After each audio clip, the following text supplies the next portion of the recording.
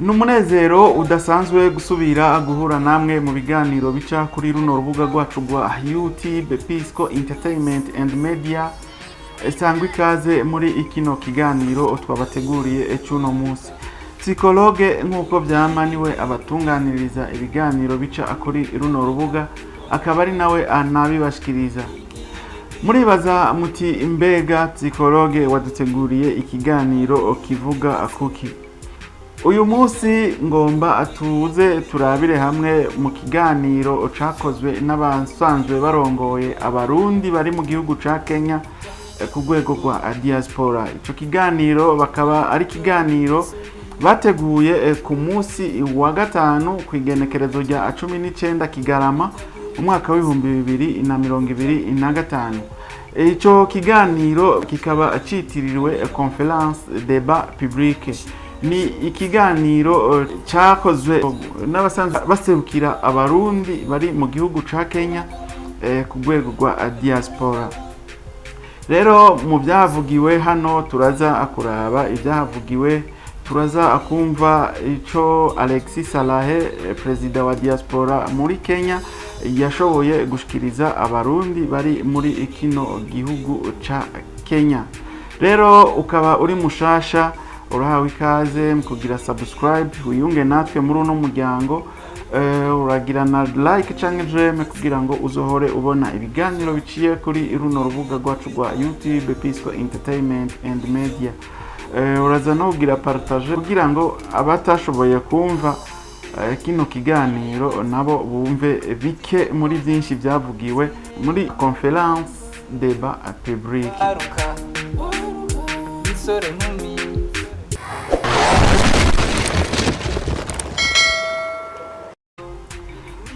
Turasubiye kubaramutsa sangwa ikaze rero muri kino kiganiro. Nkuko nayemeje kubivuga, uyu munsi ngomba tugaruke ku kiganiro umukuru wa diaspora y'abarundi basanzwe bari mu gihugu ca Kenya kubyo yagarutse ko ahanini yarashimiye abarundi muri rusangi ukuntu babanye muri ikino gihugu ca Kenya. Hanyuma aranagaruka ku bintu byinshi bitandukanye bagiye barangura. Ngira ngo ndaza kubumvisha gatoya mu ijambo yashoboye gushikiriza, ariko aravuga ibyo yashoboye kurangura, ibyo bashoboye kurangura. Urazi umutwe umwe ntiwigira inama, asanzwe afise abo bikorana. Rero ibyo bashoboye kurangura uno mwaka mu bikorwa novuga yuko ari ibikorwa ngira kamaro, ibikorwa yarakwiye ntuserukira abarundi bari muri kino gihugu ca Kenya. Rero ndaza kubumvisha gatoya mwumvirize ibikorwa byashoboye kuranguka muri uno mwaka. Rero muri kino kiganiro president wa diaspora Alexis Salahe yarashoboye gufata ijambo, aravuga byinshi bitandukanye byerekeye ivyo asanzwe ajejwe ku barundi bari muri kino gihugu. Rero kandi urumva yuko ari umuntu yitanga, ugiye kuraba ibikorwa akora. Iki gihugu kaba ari n'igihugu kininiya, ukaraba ukuntu yitangira abarundi bari muri kino gihugu ca Kenya, uca wumva yuko ari umurongozi mwiza, uca wumva yuko iyi komite ya diaspora ari komite imeze neza, kuko ivyo bakora barakoze ibikorwa byinshi bitandukanye. Rero uno munsi ngomvye kubica ku mayange kugira ngo umurundi wari we wese ari muri kino gihugu ca Kenya yumve yuko diaspora iri ku bikorwa kandi diaspora iri ku kivi. Hari ikintu jewe cyane jereje amaze kuvuga igitigiri c'abantu bamaze gushigikirwa canke abagize ibibazo bagapfa bagafobwa. Naciye numva yuko diaspora iri ku kivi. Rero reka ndabumvishe agace kamwe mu ijambo yashoboye gushikiriza, ahanini mwumve ivyo bakoze muri uno mwaka, byakozwe n'abasanzwe baserukira abarundi bari muri Kenya uno mwaka. Tega amatwi mwumvirize gatoya. Mu bindi bikorwa byaturanze muri uyu mwaka nako tutakoze, twaratembereye ubusho butandukanye, turashobora gufunguza abarundi barenga 122 bari barenganijwe. Ngira ngo muravyumvise igikorwa kidasanzwe n'igikorwa bashoboye gukora cyo gupfunguruza abarundi bashika 100 bari bafunzwe.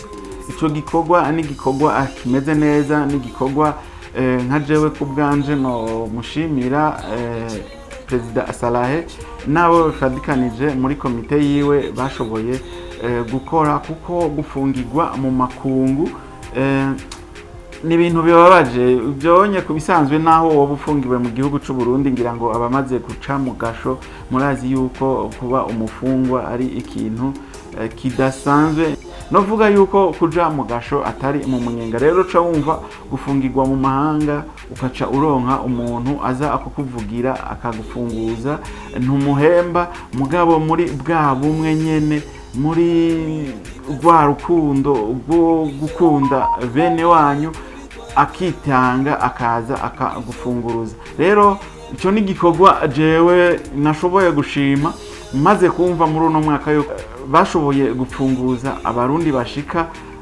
ku 100.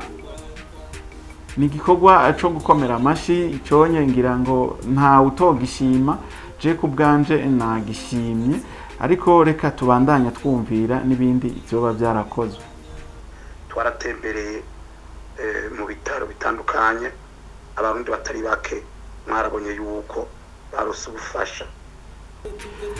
Abo muri diaspora, abasanzwe batwara diaspora, basanzwe batwara abarundi bari mu gihugu ca Kenya, abarundi bishwi basanzwe bari mu gihugu ca Kenya barashoboye gutembera mu bitaro bitandukanye, barafasha abarundi bene wacu bari bagwaye canke baba bari barabuze uburyo bwo kuriha ibitaro. Ngira ngo nk'abantu musanzwe muri Kenya mutabigize nk'ibintu byo kuvyirengagiza, murabizi ukuntu bahora babigenza, ugasanga umurundi arafashijwe arashugurikiwe. Reka tubandanye twumvirize ibikorwa byose yakoze no munsi. Nashatse yuko nobazanira ibikorwa byakozwe muri uno mwaka, byakozwe n'abasanzwe baduserukira muri diaspora burundaise au Kenya. Muri uyu mwaka nyene twarashoboye gushinguza abarundi barenga 9. Muri uyu mwaka nyene aravuze ati muri uno mwaka barashoboye gushinguza abarundi bashika ku 9. No kuvuga mu gihe umurundi agize ikibazo muri kino gihugu ca Kenya akitaba Imana, ni urugamba rukomeye cyane, bisaba uburyo bwinshi, bisaba ukwitanga akwinshi. Abasanzwe rero baserukira abarundi muri kino gihugu ca Kenya barashoboye muri uno mwaka tugiye kurangiza gufubisha abarundi bashika kuri 9. Murumva yuko nico naco ari igikorwa novuga ko ari igikorwa akingira kamaro, igikorwa giteye igomwe ku murundi. Ibyo byose bikaba biriko birakorwa na diaspora y'ibikorwa, diaspora idasinzira, diaspora yunze ubumwe. Mu gihe twoba dufise ubumwe byose birashoboka, murabizi. Reka tubandanye twumviriza kano gace nashoboye gufata kugira ngo dushobore kugenda tugakomantako. Uko mwabona mubibona ku mambonesha kure hirya no hino, twaragerageje uko dushoboye kuburanira kuvugira abarundi bamwe bamwe bari barenganijwe ku buzi butandukanye, aho usanga umukoresha ari Umukenya ugasanga ntaguhembye. Nta murundi n'umwe yatwituye tureke kumuvugira ataco tumusavye, ahubwo tukabikorera hamwe kubwa diaspora idasinzira yunze ubumwe kandi ibikorwa. Dukomera amashi cyane diaspora idasinzira, diaspora yunze ubumwe kandi diaspora y'ibikorwa. Murumva yuko bashoboye kuvugira abarundi benshi bashoboye kurenganywa, barenganywa n'ababose babo bashobora kubaha ubuzi mugabo bakabagira tentative yo kudashaka akubahemba. Ariko diaspora yunze ubumwe, diaspora y'ibikorwa nayo ikaba yarashoboye kuhashika bagatunganirizwa abo barundi bagahembwa. Icyo naco ni igikorwa cy'ingirakamaro kuko nta muntu ava mu gihugu cy'u Burundi aje mu gihugu ca Kenya ngo aje muri ambiance. Twese tuva hariya tuba tuje kurondera ubumenyi, kurondera nico twokora. Rero mu gihe uba waronse akazi ugakora witanga n'umutima wawe wose, mugabo ukwezi kugahera ukaca uheranirwa, icyo naco burumva yuko ari ikintu kitameze neza. Mugabo turi kumwe twese birashoboka. Diaspora yunze ubumwe, diaspora y'ibikorwa, diaspora idasinzira irashobora kuhashika igatunganiririza abarundi bose. Nuko rero ndibaza ko hari aho tutashoboye gushika, hari ibyo tuba tutakoze, ho baratunenge twakoze. Ikiganiro gica kikubaza we Murundi uba ngaha muri Kenya, ni giki udushimira twakoze tutavuze hano, ni giki uduhanura twokosora, ni giki twoshira hamwe kugira ngo tuduze diaspora iri imbere, ni migambi iyahe ufise kugira uyizane tugusutene. Twarababwiye ndazi ko beshinja kubaza ngo diaspora nta migambi mufise, atari dufise rimwe atari muzo bamufise, ni muduwe imigambi, ni migambi yahe mufise twobasutena.